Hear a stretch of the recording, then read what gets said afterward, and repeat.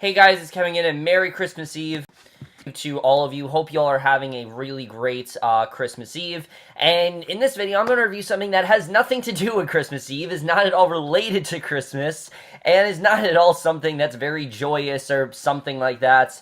Instead, as you guys know, by now I would have made my top 10 shows of 2016. I usually put that out by now.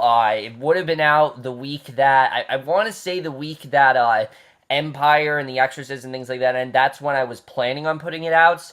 But unfortunately, there are a bunch of shows that I kind of got behind on, and I don't want to make that list, official without finishing these shows. And one of those shows that for some reason I got really, really behind on is none other than Quarry. Now, again, I did not mean to get behind on these shows. It just kind of turned out that way, and that's just kind of how it is. But I figured, okay, I have about 4 or 5 shows to watch. I'm going to binge all of them. Not all of them I'll review to you because some of them I just can't. I'm just not going to have time to review all of them to you. But I'm going to, this is one of 4 shows that I said I was going to binge, and that I would then think of if I want to put in my top 10 list or not. So this is episodes 3 to 8. Like I said, I have no idea really why I got behind. In fact, when I did those first 2 reviews, I planned on reviewing episode 3 that day, and I just don't really know why I didn't get to it, but either way, let's just get into this season, because overall, I want to say that I did really enjoy this first season. I think there were some really strong moments, some really great episodes overall. It was a bit slow, but I definitely really did enjoy this first season. But let's just get right into it, starting off with episode 3. I'm going to talk about everything in episode 3 to 8, so if you guys have not seen any of these episodes, go away now. The season's been out for about 2 months now, so better late than never, right? But let's just jump right into episode 3. So as we know, episode 2 ended with Joni opening up the door, and she saw none other than Suggs, who we know obviously is working for the broker. We knew he was up to no good, but what he was planning to do with her, I really had no idea. I didn't know if he was going to try to recruit her, if he was going to try to make a pass at her. I really didn't know. So I really love the way the episode starts, because we already know who Suggs is, and the way that that tension is loomed throughout this episode is done really, really well. And this by far one of the most, I think, thrilling episodes of the season. I really felt a lot of tension throughout this entire episode, because he comes in, he's pretending to be one of Mack's war buddies, and that's obviously the way that Joni lets him in. And right off the bat, we can tell that he's up to no good. Mack comes home that night. The front door is, wide open. There's this bloody message on the bathroom mirror. And this is after Mack had sex with that girl. I don't remember her name, but she turned out to be kind of just like a one-night stand. Just kind of for him to, I guess, get over what Joni did to him, because now that he knows what Joni did, he just doesn't really trust her anymore. But basically, he sees this bloody message that says, "I have your wife, wait for call, don't be stupid," and he wants $20,000 for Joni, which is crazy to think about, but Mack is willing to comply because he will do anything to save Joni. And that's something I really did like about this episode, is that while Mack does have kind of this disdain for Joni right now and is very much not happy with her, he still does love her. He still will do whatever he can to try to provide for her and try to be the best husband possible. And I found that all to be very, very interesting, because we know what Joni's done. We've known she's, fucked him over. We've known what she did with, Cliff and things like that. He doesn't really seem to care. He still wants to save her, and he calls the number he has for the broker, and unfortunately the call goes to a car dealership.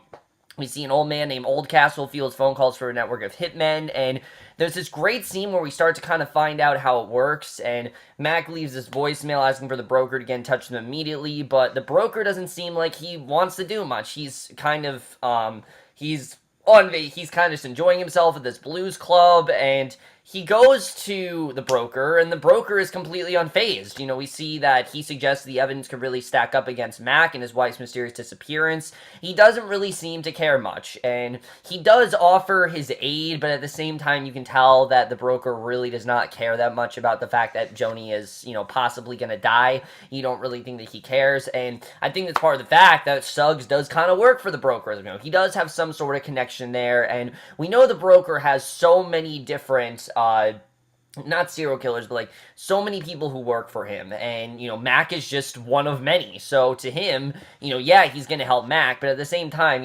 helping Mack is not his number one priority. He has a lot of other clients that he works with, and that's something that I think is very well touched upon throughout, not just this episode, but all of the episodes this season.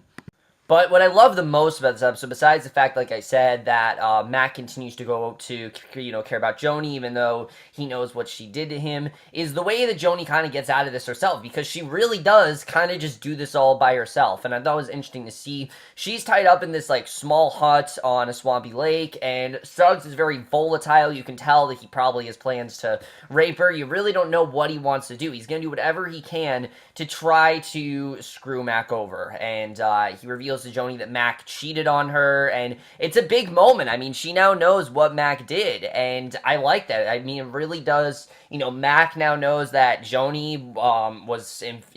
committed infidelity, and he committed infidelity. So now they've kind of both done these terrible things to each other, but Suggs starts to make a move on her. She lies, and I did like the way that she lied and told him that she can't because she was on her period, which of course she wasn't, but this was just her way to get the knife she previously stashed in her bag. She tucks under her dress, and she goes full on Gone Girl. Like, this very much reminded me of Gone Girl, where you had Amy, I think her name was. She was hiding out, and she ended up, spoiler alert, killing Neil Patrick Harris in that movie. I kind of saw that with this, except Suggs was just a lot worse than Neil Patrick Harris really was. He reties, he gags her, she returns, she takes off the motorboat to the mainland, and she leaves him there. So I thought that was really well done, the way she kind of got away on her own. I expected Mack to be the one to save her, but no, Joni actually left on her own. I was quite surprised about that. Basically, we see that he does eventually find her flopped over the floor. She pounces when he tries to set her up right. They battle, end up tumbling out front door into the water, and she does get away, luckily. She leaves him behind, and I really did love it overall. And Mack's waiting for his meeting with Suggs, and the phone rings, and he's surprised to see that Joni's completely okay, that she really doesn't need Mack to save her, which Mack kind of feels a little bit upset about, but at the same time, he didn't really want to save her. He just kind of did this because, that's his wife, and he still does kind of care about her. And she is obviously a nervous wreck the second that he finds her. She demands that Mack take her home so she can get her stuff, but he refuses because he knows that it's not safe home. He doesn't know who's going to come after her. He just doesn't want to go back home. So they instead take her to the broker's car dealership, and he meets with Carl. He returns the $20,000 and minus his hazard pay, and he also swaps his car for one that Suggs won't recognize before he and Joni peel out of town. Basically, this way that Suggs can't come back after them, and that they'll be able to get out of there. And that's basically everything that happens in episode 3. Really well done episode, like I said, constantly very thrilling, very unpredictable. I definitely didn't expect Joni to flee from Suggs as easily as she did. But then we get to one of the best episodes of the season, which by far is episode 4. So, episode 4 is one of the more relatively quiet episodes this season, but it's not quiet in terms of events and, revelations, because this is the episode full of revelations. Now that Mack and Joni have done all these terrible things to each other, between Joni cheating on him and Mack cheating on her, and then him having this business that she doesn't know about, pretty much everything comes out in this episode, and I really did love that. I love the way that these two have this conversation, which I'm going to get into, but we do see very quickly that Suggs he sits on this floor, he's painfully removing leeches from his body because of what Joni did to him, and it's this really kind of horrifying scene to watch, just knowing what they did. I mean, it's pretty terrible. I mean, I didn't like Suggs, but, I mean, that's just kind of crazy what they did, but Mack tells Carl to find Suggs so he can return home with Joni, and he walks back to a motel, and most of this episode, they're in this motel, and there's a lot of interesting things that go on here, a lot of questions that need to be asked, because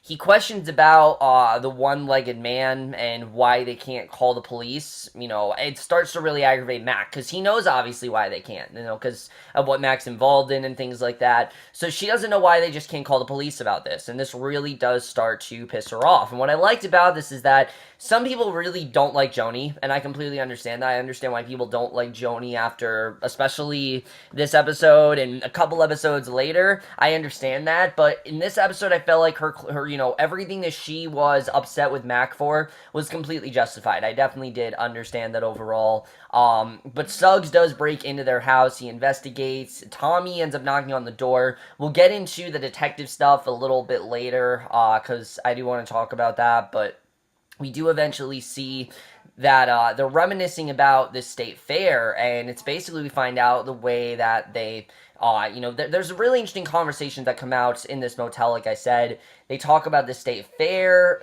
if they want to have children, but he instead insults her, takes off in his car, and he's ready to leave. You can tell, there's a part of him that just kind of wants to leave and not go back to her, because again, he knows that he can't really trust her. He doesn't really trust her at this point, and you definitely do see that here. But then the conversation gets a little bit more deep.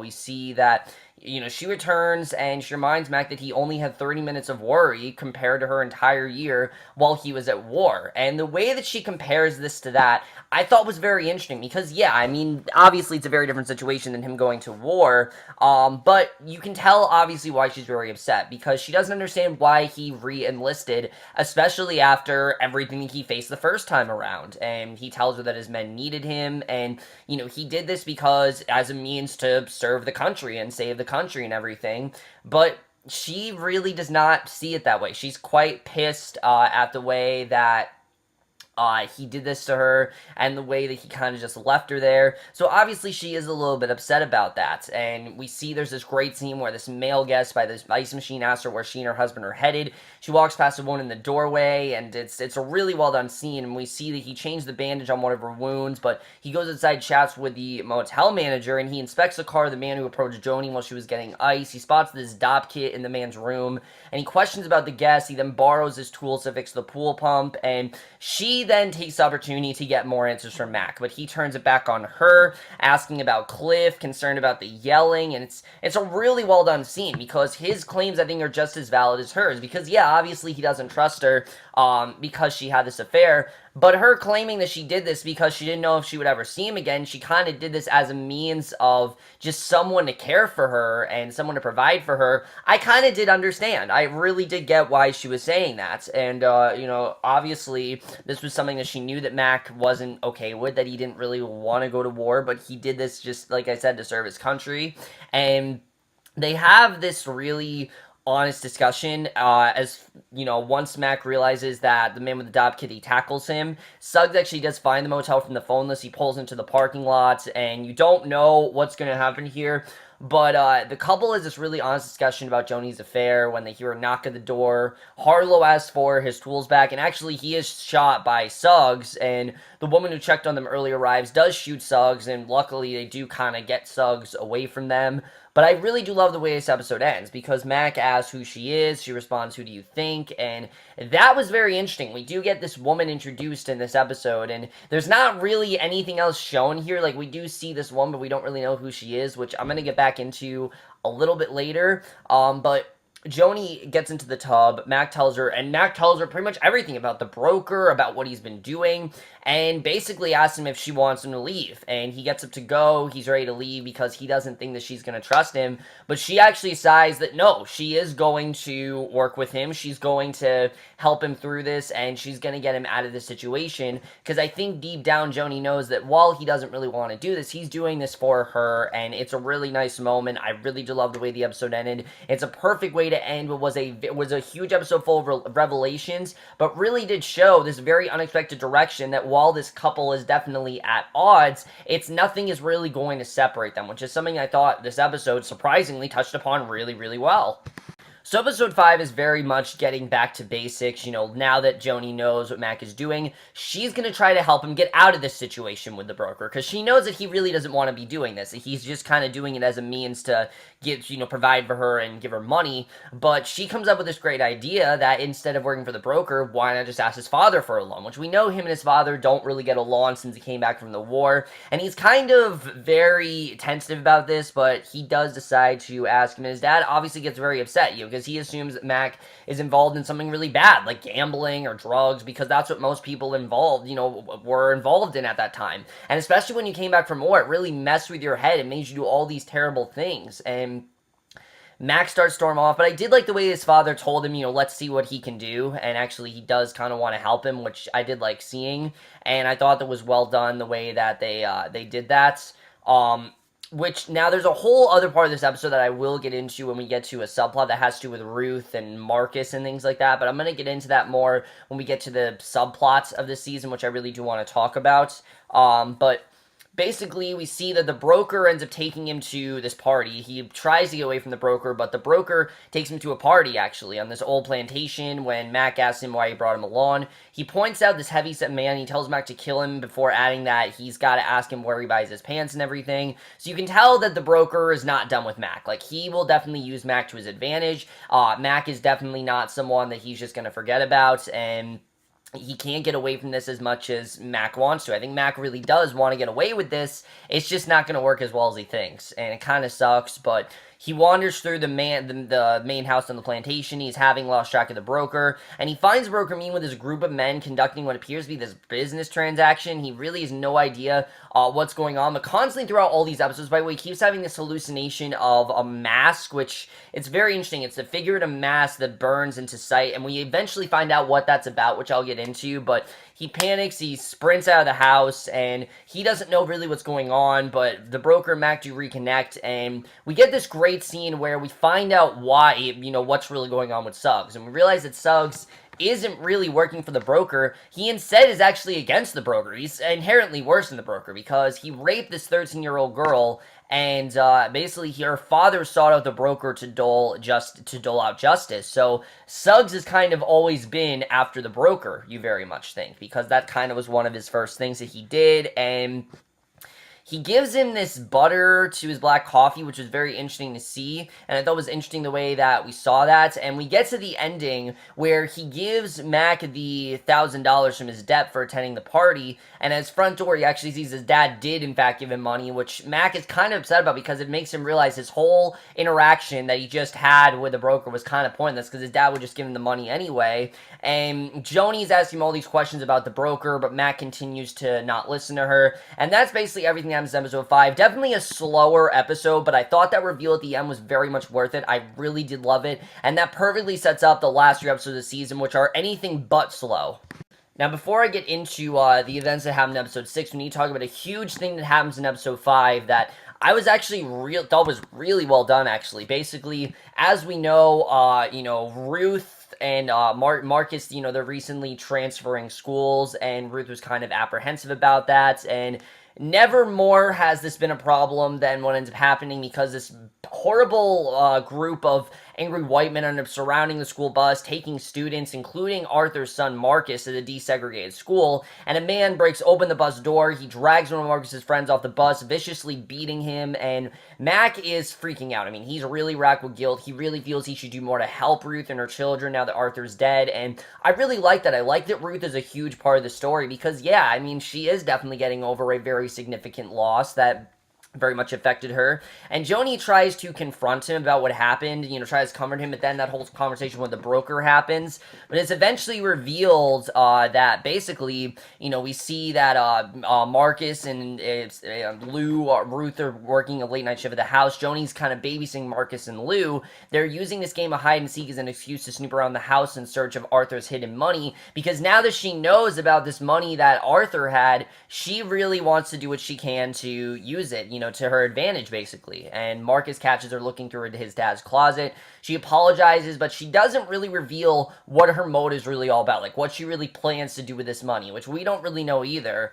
And we see Marcus and Ruth are paying attention. This news TV anchor announces a man by the name of Eugene Linwood is under arrest for the attack on Marcus's friend. So this kind of goes away after this episode, but it's going to come back into the forefront, and it does in episode 6, because Linwood is in fact the person that the broker wants him to go after, which Mack is completely okay with doing because Carl heard conversations about Eugene Linwood and Oldcastle. They're putting together this Dob kit, and he's completely okay with that because this is someone who he feels they are doing the world a service. I mean, this is someone who was against, someone that was very close with and who he really wants to protect, and he will do anything to protect. And I thought that was definitely very interesting to see.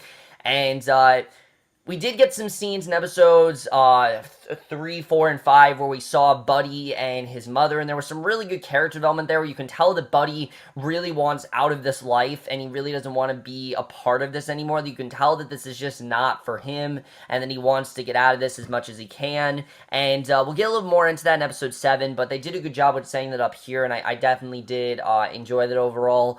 But Mack meets up with the broker, and basically, because Joni tries to discuss the previous night with Mack, but he tells her that this was just a nightmare and that not to worry about. You can tell, again, he's trying to hide things from her, and he drives Marcus to school and talks about Arthur, but then he heads to a record store where he's surprised to get a call from the broker. So he does meet up with the broker. He passes along the Dob kits, and he tells him that Lewin's being released for that night, and Mack negotiates twice his usual fee against his debt, because this time, he's going after someone that he very much cares about. This is someone who he does have a personal vendetta against, who he does want to put to justice, and you can tell he's not going to be as easy this time. And Joni's very nervous about this assignment, but he does argue that he'd be doing the world a service, which I really would agree with. But at the same time, I mean, this is, again, someone who, Joni isn't sure if he's really going to be able to take down, and I thought that was definitely interesting to see. Then we get this scene where we find out that she's actually going to use this money, to possibly move out of the house because she thinks that this house is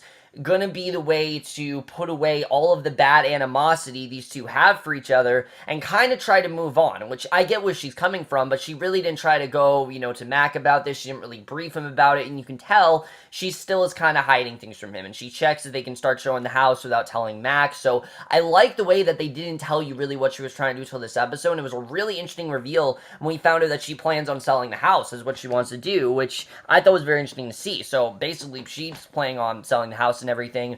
But the last scene in this episode was really intense. I love the way this was done, because he tails Linwood to a school bus parking lot, and Linwood boards one. He begins to send an explosive device. You really don't know if Mack is going to be able to get him, because Linwood is one step ahead of him throughout this entire thing, and he follows him, he beats him unconscious, he places the explosive under the bus, shoots at it until the bus goes up in flames, and very quickly, he's able to kill Linwood. So I like the way that the job was done. I love the way that turned out, and episode 6 is by far one of my favorite episodes. I think it was really well done in terms of action. I think there was just some really great twists in this one, especially with Joni, and like I said, very well gets us to episode 7 and 8. Now, episode 7, I think, is the perfect precursor to the finale overall. There's a lot of great stuff going on in this episode, a lot of stuff definitely, but first of all, we see that Mack is very upset when he finds that Joni asked his dad to put their house on the market because he's really not okay with it. And she explains she cannot stand by while Mack puts himself at risk. She wants to find a way to get out of there. She just doesn't feel that this is safe.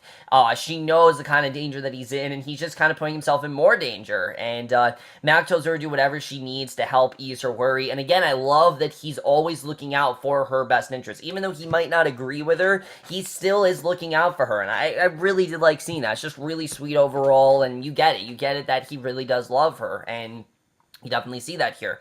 So Carl ends up going after Credence Mason's heroin stash, intercepting 2 members of his crew when they got to collect a new delivery, and he shoots them dead, steals the heroin to bring back to the broker, and there's this great scene with Buddy. Like I said, Buddy wants out of this. This is someone who's realizing that this is really bad, that this is just not safe, and that he does not want to be a killer. He doesn't want to kill anymore. Unfortunately, this is the broker, and the broker, like I said, is only looking out for his best interest. He only has so many assassins that he can use, and Buddy is one of his top assassins, because Buddy, he comes up with this really cool, interesting idea that I think would be very beneficial to the broker, but the broker's not willing to listen, that he'll be the sole supplier of guns for the Himan operation. He won't, go out in any of the other missions. He'll just give the guns, and he'll be the supplier, which I think would make sense for Buddy, and I think it'd be beneficial to Buddy, too, because this would help Buddy not have to kill, which, like I said, he doesn't want to do.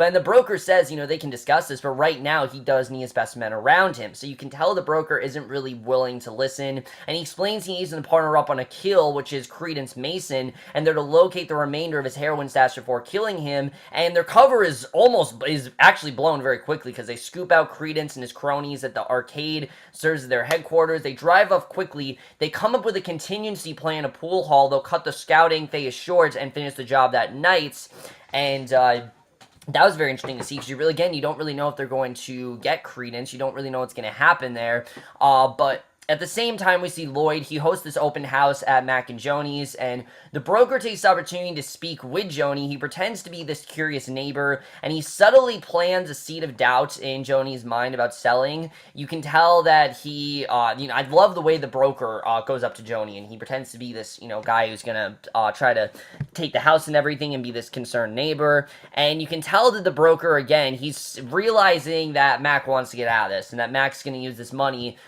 get money from someone that's not him, which this very much angers the broker, you definitely see. So I thought that was definitely interesting the way that turned out, and I thought definitely that was very interesting, and I can't talk about the rest of this episode, though, without getting to another major subplot that is kind of not closed out here, but very much comes into the forefront with this episode. So as we know, at the beginning of episode 2, we had Detective Tommy Olsen and Detective Ratliff basically trying to figure out what could have happened to Cliff since his body was discovered. And I'm not going to lie, while I usually enjoy detective aspects, this to me was the least interesting thing going on in the show. And it wasn't that it was bad, I just felt that it was kind of bland. The two characters we're with, I just didn't find that interesting, especially Tommy Olsen. To me, just seemed like a typical detective. There really wasn't much else to him. Episode 3, they seek out Cliff's sister, Sandy, and basically, she talks about, everything that was going down, that he had alcohol and drugs in his system, so the police have ruled his death as an accident, and Tommy tries to push back, but they kind of feel like this was just an accident. There really wasn't much else to it. So briefly, they kind of close the case, and Tommy,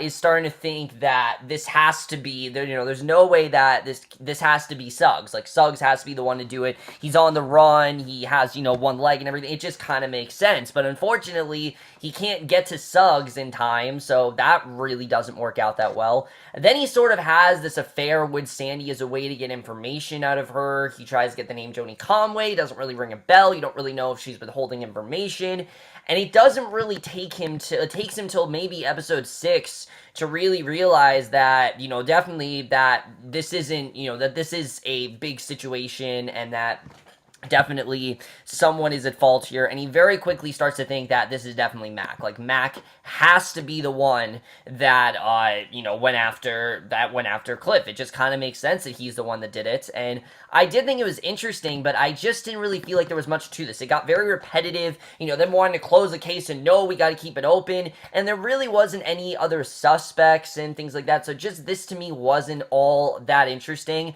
However, I did find it get really interesting at the end of episode 7, where basically we see that Buddy and Mack, they end up actually, because Tommy does show Detective Vern the notebook of lyrics that Cliff wrote about Joni, and Vern ridicules Tommy's theory, tells him that the case is closed, that he doesn't know what the hell he's talking about, so Tommy decides to go rogue. He still decides that, look, I know what I'm doing, I know who is at fault here, I'm gonna do this on my own, and I like that. I definitely did like that. Like I said, I just found Tommy to be very bland, just your typical, stereotypical detective who knows that there's something more going on here, and I just didn't find to be all that interesting. The actor was good, I just didn't really care much about his character, to be honest. But Buddy and Mack, they do surprise one of Kareem's men at home under the threat of torture. The guy actually reveals the heroin stash in the pinball machines, the arcade, and they head off to kill Credence and collect what's left, and Tommy actually tails them unseen. So, creeping through the carnival rides that lead to the arcade, they spot a group of men coming to drop off a new delivery of heroin. They split up, and alone, Mack is caught off guard when he hears his name called from behind, and at the very end of the episode, we see Tommy. He's shown up, he has a gun pointed right at Mack, and everything that they worked for is about to be destroyed, and that is the way that episode 7 ends overall. But basically, that's everything that ends up happening in episode 7. But before we get to the finale, there's one last thing to talk about. Now, while all of this is going on, the investigation and what's going on with Mack and Buddy, there's a whole other sort of situation going on with Ruth, because we know that there was that guy that was following her in episode 2. We didn't really know who he was, what his agenda was. This is, in fact, Moses, Moses is someone who does actually does have a connection to the broker. He is another hitman for the broker, and he reports that Ruth doesn't appear to know about Arthur's Dob kit of money, but he's there to retrieve the money. That's what he's there to do. He's there to get the money, whatever he can do to get the money from Ruth, and he asks for a job that will guarantee him that he gets pay, and the broker alludes to a past mishap from a previous assignment, adding that if Moses finds the money, they can actually discuss something new, and he can actually promote him, because Moses doesn't just want to be the one to obtain money. He wants to, be a hitman. He wants to kill and things like that. And so you have several episodes here where Moses is in fact with Ruth, and you can tell that Ruth does kind of want to pursue a relationship a little bit. At first, Moses bonds very well with the kids. The kids really seem to like him. Marcus can tell there's something more going on. I mean, he just has this really creepy and very just devious demeanor to him that Marcus really doesn't trust. But you can tell that Ruth really starting to like Moses and kind of wants to pursue this relationship with him. But Marcus actually ends up finding the money that his dad received from the broker stashed in the bathroom sink, and he keeps discovery to himself, treating his mom to a bouquet of flowers, but claims he actually saved his allowance to afford the purchase. So he has the money right there. So now we know what did happen with all that money, because we knew that obviously something happened to Arthur's money, and now we know what happened. So Moses is there to keep this money to himself, and I thought it was a very interesting plot point that we get to, but that's really explored more in episode 8, so now let's just jump into the finale, which there is a ton of stuff to talk about having the finale, so let's just get right into it.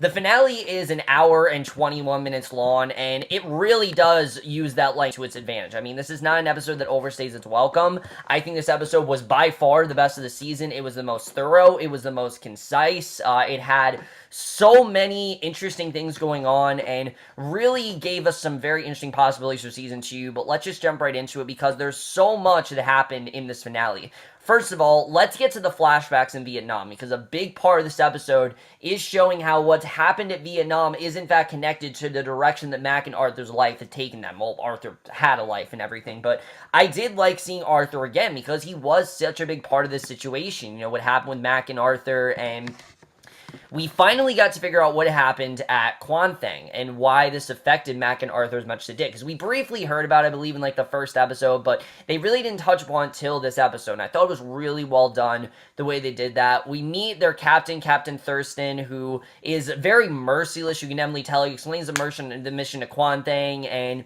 he secures a stockpile that will save hundreds of lives. And Mack watches 2 villages bypass a boat, basically.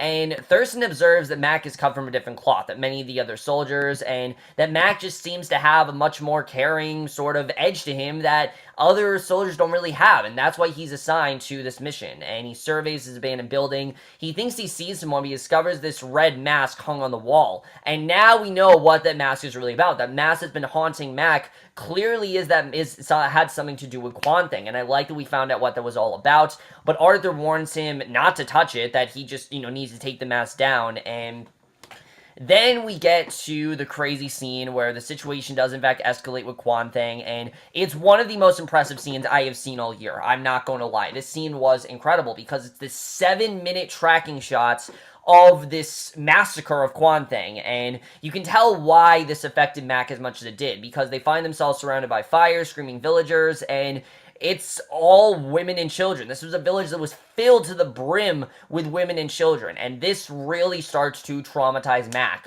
realizing that, they just killed a bunch of innocent women and children, and he and the other men look around, see only dead villagers, and what I love about this scene is that it's not trying to demonize the military. It's not trying to do that. It's not trying to demonize war. It's showing that, yeah, they did do this to serve their country, but because they did this, they did in the process end up killing a ton of women and children, and the way this affected Mack, and you can see that he's really against what ended up happening, I thought was very interesting to see. And the way that whole scene was done, I think perfectly set up what we get into in the present, which let's just get into that. But I thought all the flashbacks really set up things very, very well. I really did enjoy the way the flashbacks were done. But either way, we see at the end of in the last episode, we know that Tommy holds Mack at gunpoint at the fairground. We get this pretty sick shootout that I really did enjoy, where Mack lowers his gun, he tries to warn a detective, but the ride lights come on, Tommy's shot in the head, and I was happy about it, because like I said, I didn't really care much about Tommy's character, so him dying, I just didn't feel much towards, I have to say. I just didn't really care much about him, but he quickly reacts, he shoots Credence Mason, and the shoot continues until Mack and Buddy are the only ones left standing, and Carl and the broker arrive, but Buddy needs to take another pain pill. You can tell that, again, like I said, Buddy's not okay with this. He wants to get out of it, and they're there to, commend them for what they did and kind of try to tidy up things, but again, Buddy's just not really into it. He really wants to get out of this, because he just, again, this is not for him. He wants to get out of the situation. You can definitely tell that throughout this entire episode. So then we see Joni and Mack. They actually visit with Lloyd and Susan, and Lloyd actually tells them that he did receive an all-cash offer for the house, and that the buyers are very excited about the pool, and they plan on basically taking all this for themselves. And this really does kind of start to upset Joni, because she says she can't really sell their home. I mean, Mack built that pool all by himself, and they wouldn't really give him the credit for it. And Susan accused them of just looking for a handout and just trying to find a way to, get rid of this house, and Joni offers them a check to stay out of their lives, and Lloyd actually remains silent. Mack grabs his mother's records, he takes the check, and he arranges a meeting with the broker to hand over the $4,000. So you can tell this is not in the question anymore. They're going to keep the house, they're not going to sell it, and it was a little bit disappointing, but you get why. I mean, again, this was something that Mack built. There's so many memories here, and Lloyd and Susan just don't have the care for this house that Joni and Mack do, and I thought it was interesting the way we saw that. So I definitely really did like that. But Mack, actually, we get a scene that I very feel makes this come full circle, where there's a job selling pools, and Mack goes this time. He avoids mentioning his time at war. He doesn't talk to them about it this time, and he actually does get the job, we see. So I was very surprised to see this. I like seeing that Mack actually did get the job. We know that in episode 1, it wasn't available, but now, it's been a couple months since the war, and now he actually does have the job. So she takes him out to celebrate, but Mack actually panics at the bar, cutting the evening short, because he just can't. He feels that he knows that definitely something isn't going right, and he knows that this is just too good to be true. He knows there's definitely more going on there, and I thought that was definitely very interesting to see. So he casts his vote, then heads to meet with the broker, because throughout the entire episode we have election day going on, which I thought was very interesting to see, and the way that is looming over the episode, you definitely do see this was Nixon's election, I believe, is who ended up winning, but he finds Captain Thurston actually at the bar, and this was incredible, because we already know how much disdain he holds for Captain Thurston, and Thurston is the one who essentially pointed him in this direction, and Mack quickly realizes it's not a coincidence, that this is in fact Captain Thurston, and that there's a reason why he's there, and he knows that he's been working with the broker. He doesn't know what, capacity, but he knows that these two have a connection, and Thurston mentions doing someone a big favor. He talks about how nothing has come close to being at war, and he reminds him about Quan Thing, and he says that he knows what he did, and it's just, we see very quickly, we get this flashback where he stares at dead villagers, he listens as Thurston orders a soldier to execute a villager as punishment for calling the airstrike without orders, and the soldier hesitates until Thurston threatens to kill him, and the men tells their captain there are no guns in the village, just fishing supplies, and Mack follows Thurston outside of the bar, he goes at him, and the brawl takes the men from the parking lot to the edge of the river. Again, really, really great fight scene in this episode. Like, they really gave it all they got in this last episode. I really did love that. Thurston pushes Mack's face down to the water, and he's certain that he's drowned him, and I really did love the way this was done, because we know that Mack obviously isn't going to die, and we finally get to see that first scene that we ever saw finally submerge in this episode. We see he picks up his gun, he shoots Thurston in the back, and he drags his body into the river, setting it adrift, essentially trying to end this, because he's done. He's done, he doesn't want anything to do this anymore, and I thought that was definitely interesting to see, the way he kind of just did this as a means to get out of this, but you quickly see the broker, he meets with Mack at the quarry, and he mentions that he set up the meeting with Thurston, and Mack hands him the cash to cover the rest of his debt, tells him that they're done, refusing to take another assignment. He's done here. He has a job now. He doesn't need this anymore, but he mentions he wrote in Otis Redding, and the broker says he hasn't voted since Truman, and Mack says he misses the war every day. The broker tries again to hand him adopt kits, but you can tell that Mack doesn't want anything to do with this. He's done. He knows that Thurston was connected to this. Now that he knows that, now that he has a job, now that Joni and him have the house, he doesn't need this anymore, and I like that Mack is ready to leave at this point, but you can tell that the broker isn't at all ready for him to leave. So then we get this incredible twist with Thurston that I really did love, where Thurston's a Quan Thang, and he meets up with the broker, and he mentions his soldier, Conway, who took out a dozen men, and this is essentially how the broker got word of Mack, and how he found out exactly what was going on with Mack. Thurston, you have to assume, has been researching Mack, and has kind of been spying on him, and basically, they reveal this field of opium poppies, which is, this field that produces heroin, and the broker thinks of this as a means to use this money, basically. He's going to try to get Mack to kill, and that is how we got to where we did. And I really liked the reveal. I thought it was a really well-done twist overall. I really did love that, and I thought overall it was definitely very interesting that we saw what ended up happening there. I was very surprised that we got that, but I really did love the way that was done. But back in, so we get to the end of the episode, we see the buddy arrives home, he's beaten, he's bloody, he wants to get out of this, and, we get to the end, we see Joni removes her books from the shelf, she replaces them actually with her old figurines. We don't really know what Joni's thinking of doing, but we know that, again, she kind of has her own agenda, we just don't really know what it is. The broker watches the shipment of drugs come in, so you kind of realize that he's using all this money for himself, and he really wants nothing to do with Mack, which we always kind of knew. This was always just kind of for his own benefit. It never was really looking out for Mack's best interests. But the way this ends, I don't really know where we're going to go. Because Mack, he looks at the Mississippi River, he strips down, and he wades in the water, starts to swim away, and that's how it ends. So we don't really know what's going to happen there, if Mack is going to get out of this, if he's going to give the money to the broker, and if he's going to continue that life. We really don't know.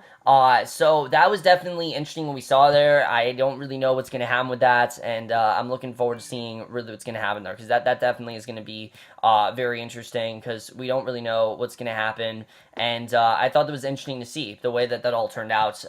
So that's everything that happens with Mack, but the only other thing to talk about is what ends up happening with Ruth and Moses, because Moses does discover that Marcus has all the money. He threatens Marcus very quickly, realizing he spent all this money on himself, and we see that there's this great scene where Ruth tries to get emotionally attached with Moses and tries to, have intimacy with him, but she's just not ready to do it. She's not ready to move on from Arthur's death, which is understandable, and she just can't go through with it. And Moses heads to Marcus's room, makes him reveal where the money's hidden, points a gun at Marcus and tells the kid to keep quiet and leaves. And you don't really know what's going to happen there. You don't know if Moses is going to continue with what's going on. We see that, she sees that Moses is left when she comes home, so we know that Moses most likely took the money and that he got what he wanted, and we don't know what's really going to happen there, because now the money's gone. He told the broker that he would get the money, but we now know that the money's gone, so what's going to happen there. And that is the way the season ends overall, but let's just get into where this season and where I think we're headed for next season. So overall, I thought this was a really satisfying end. I really did love this finale overall. They really did a great job of wrapping everything up, but there are a couple things that they need to keep open. I really do want to see a season 2 from the show. I mean, the big question, of course, is, like I said, is Mack going to continue working with the broker? I mean, he's ready to get out of this. He told the broker straight out, look, this is it. I don't want this anymore. I have a life now. I have a job. I don't need you anymore. You can tell the broker is not ready to let go of him. And again, the broker sees him as his pet. He sees this as a way to get money. He sees this as a way to... He doesn't want to destroy Mack's life. I don't think that's what he wants to do. I don't think he's there to destroy his life. What he's there to do is basically to do what's best for him, and that's what the broker's going to do. He's going to do what's best for him. He's going to try to keep Mack along, because like I say, he doesn't have many more men, and now that Thurston's out, he will definitely try to use that he'll definitely try to use that against Mack. You definitely do see, because Thurston and the broker have been working for a while, and I'm sure we're going to get more into that relationship next year. In fact, I think we're going to see a lot more flashbacks next year. I could definitely see, if we do get a season 2, I could definitely see that happening in season 2, so that's going to be very interesting. Where is Mack going? We know he's swimming away. Is he going to go back to Joni? Is he going to go try to hide out? We don't really know. That's definitely going to be interesting, because we don't really know where Mack's going to go, so I'm looking forward to seeing what happens with that. And then Joni, what is Joni's real idea here? We know she replaced all the books with figurines, and I don't really know what that's trying to say. But that's definitely going to be interesting to see what happens with that. So I'm looking forward to seeing what ends up happening there. And, the big question is Mack really going to take this job? Is he going to go through with keeping this life with Joni and deciding to become, a swim coach, which is something that he's always wanted and what his dream really is? Because that's really what Mack has always really wanted to do. Or is he going to continue this thing with the broker? Because it seems that the broker doesn't want to get out of this. You don't really know what he's going to do there. And that's something something that the threat is constantly looming over Mack's head. You can definitely see. So I thought that was overall very interesting. And then the other big question is Moses. We know that Moses now doesn't have his money, so what's he going to do? I'm thinking that he's going to try to kill Ruth and Marcus, definitely. He's going to get a lot more impatient. He's going to become a lot more hostile, and I don't see things going nearly as well for Ruth as they did this time. I see things actually going really bad for her. Possibly Marcus gets killed, possibly she gets killed. I just don't really see things going well for Ruth, and I don't know how they're going to get out of this situation, because the broker definitely is going to go to much more extreme measures, and I think that's definitely going to happen next season. And then Buddy, we know that Buddy wants out of this, so is he going to get what he wants from the broker? Again, he wanted to be the gun supplier, and I think that had Moses obtained the money, he probably would have done that for Buddy. He would have given Moses Buddy's job, Buddy would have become the gun supplier, and Buddy would have essentially gotten out of this, which I thought was definitely interesting to see. But overall, I thought this season was really well done, and I really did like a lot of what we saw here. There were just some really interesting stories going on. It was a bit slow-paced, I definitely will say that, but it was never uninteresting. I was always into the story. I always found what was going on with Mack really interesting. I always found his relation with Joni very interesting, and I really did care about these characters when it really did come down to it. My only real complaint with this season is that besides Mack and Joni, the other characters I didn't feel were nearly as developed as they possibly could have. And I get that obviously they're trying to leave it over to season 2, but 8 episodes, I'm not too sure if it was enough. I think we could have done 10 episodes, but this episode was still an hour, 21 minutes long. I found it to be very satisfying. I found it to be a very good ending, but there are a lot of loose ends that we don't know about. Like, who was that assassin woman that killed Suggs. We don't know who that was. She kind of just went away after episode 4, and she's still out there. So who the hell is she? What does she have to do with any of this? We know that obviously that woman most likely is connected to what's going on. We just don't really know who she is. So Suggs, definitely that woman is still out there. I don't know if she's working with a broker, if she's working for a completely different organization. We really don't know about that.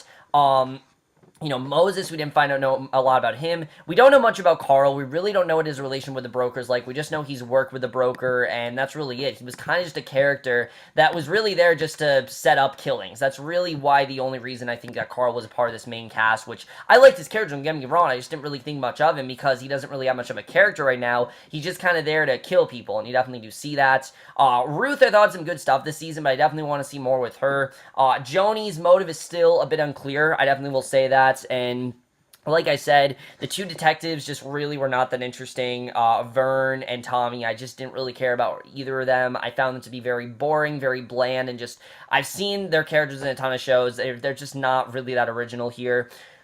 And the biggest thing for me in season 2 is that I want to know more about Buddy. I mean, Buddy, we've seen, had a very rough life. This is someone who isn't out to everyone. He is, in fact, gay. He's not okay with killing. He's had a bunch of relationships that haven't gone very well. He's a very supportive mother who very much cares about him. So I want to find out more about Buddy, more about his personal life. There's so much more they can do with that, and there's just so much more room for a season 2, and I really do want to see what else they can do in season 2. Don't get me wrong, I think this was a great season. This will definitely be on my honorable mentions list. It's not going to be on my best list, but it will be in my honorable mentions because I really did love this show overall. It had some of the most incredible action sequences I've seen all year. That 7-minute tracking shot remains a highlight in the show. It was hard to watch, but it was still incredible. The shootout in the episode, I mean, there were so many great action scenes, as well as some great character moments, as well as just some really well done character development that I really did love. But I really do want to see a season 2. I don't want this to be the end. I really could see them continuing with this show. And I don't want this to be like a Nick, where you have 2 seasons and then the writer ends up leaving. I really do want to see the show do really well. A lot of people haven't talked about, which is understandable, because they didn't really, this show was not nearly as big as, say, Outcast or something like that. They didn't promote the show nearly as much, but I think the show was not as good as Outcast. I do think Outcast had more interesting characters, but I do think Quarry is still another great show for Cinemax, and I really did love this show overall. And I am going to give the first season of Quarry a 4.5 out of 5 or an A. So overall, guys, in my review of Quarry, let me know what you guys saw of this season overall. Love to hear your thoughts on it. Do you like where this season went? Are you interested in season 2? Where do you think season 2 is going to go? And I'm sorry it took me so long to get this review out. I don't know why it took me so long, but over the course of the next couple days, I will be reviewing either 4 or 5 other TV shows that I need to review before the year ends, so definitely look forward to that. I'm going to try to get that list up either Tuesday or Wednesday. I'm not really sure what day, but I'm going to try to get it up by then. And then my best of list and my worst of list list of those, movies list, that will definitely be up next week as well. Probably Friday is when that's going to happen because I still have quite a few movies to watch. And that's actually going to be my next review, which will be for a movie review. Again, have a great Christmas, you guys, and I will see you guys for that. Okay, bye.